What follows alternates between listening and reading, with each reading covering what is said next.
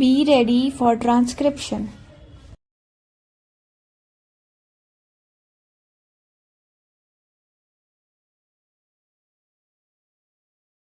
Sir, the budget has been variously described and criticized as one that increases the burden of the common man, one which gives consciousness to the rich and encourages foreign investments. I agree, sir, that is all this and much more. But it certainly is not a highwayman's budget. To my mind, sir, the budget is sincere, conscientious, and at the same time, it is a bold effort on the part of the finance minister who is charged with heavy responsibility of finding resources for the third 5-year plan.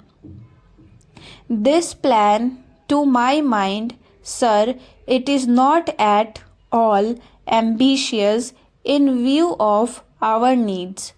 It may be looked upon as a rather heavy demand, but looking to our needs, it is not very ambitious. Sir, the fact that even the consideration of the coming general election could not delected the finance minister from the course which seemed to him necessary and proper should earn him the appreciation of every right thinking man. The common man's interest, as I said, is nearer to our hearts than perhaps some other can claim, or at least it is equally nearer to us, and yet there come times in a nation's history when it becomes necessary for the people to postpone the fruits of their labor and enterprises to secure the future. Here also, sir, opinions may differ according to the Communist Party. Such a time came during the last Great War when they were exhorting people, the common people, to contribute their full might to the war effort. According to us, however, sir, we are passing through such a time at the present moment, and I have no doubt that the common people appreciate belts, contribute their full might, and will surely return the Congress to power having full confidence in the future and looking to a future where their posterity will be assured for a far better social and economic order. Who, sir, does not sympathize with the difficulties of the common man? As a matter of fact, most of us came from that class, and I am sure the finance minister would have liked to do away with some of the lives. None would have been happier if he could have done without these new lives, but there are, sir, certain very imperative limitations. We are passing through a critical period. Sir, it may not be necessary to continue this lives for a long time. Rather, I am inclined to think that before long it may be possible to give up some of them at least. I have very valid reasons to think so. Our public undertakings are coming to their own, and some of our important irrigation and power projects have just been completed.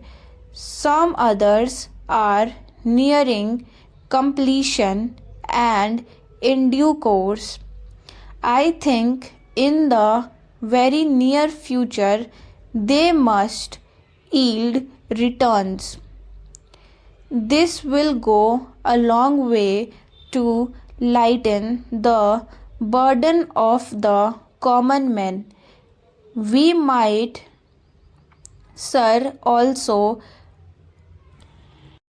resort to some other ways. I suggest that we might take to public trading in some specific items of export and import.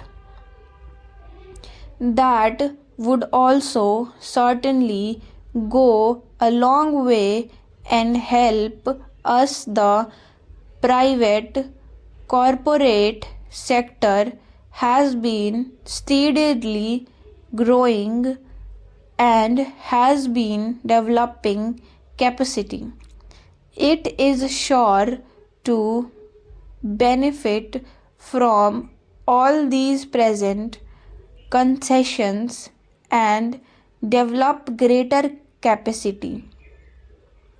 This sector must come forward to meet new demands for taxation in the future.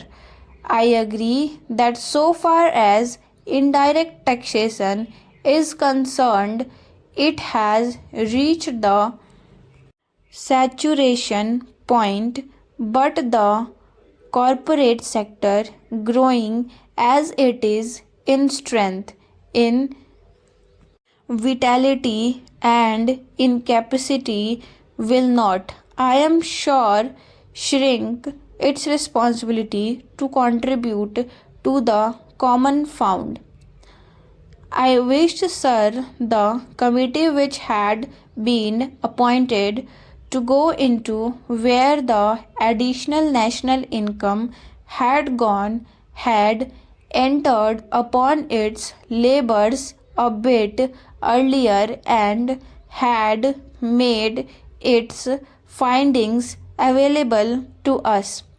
I do not want to state its findings, but I have a feeling that the committee, when it concludes its labors, will come to the conclusion that a major portion of this additional national income has gone into the pocket of comparatively small number of men, small number of individuals, and it is they who try taxation needs because the profit they have enterprise only. To a very large measure, they are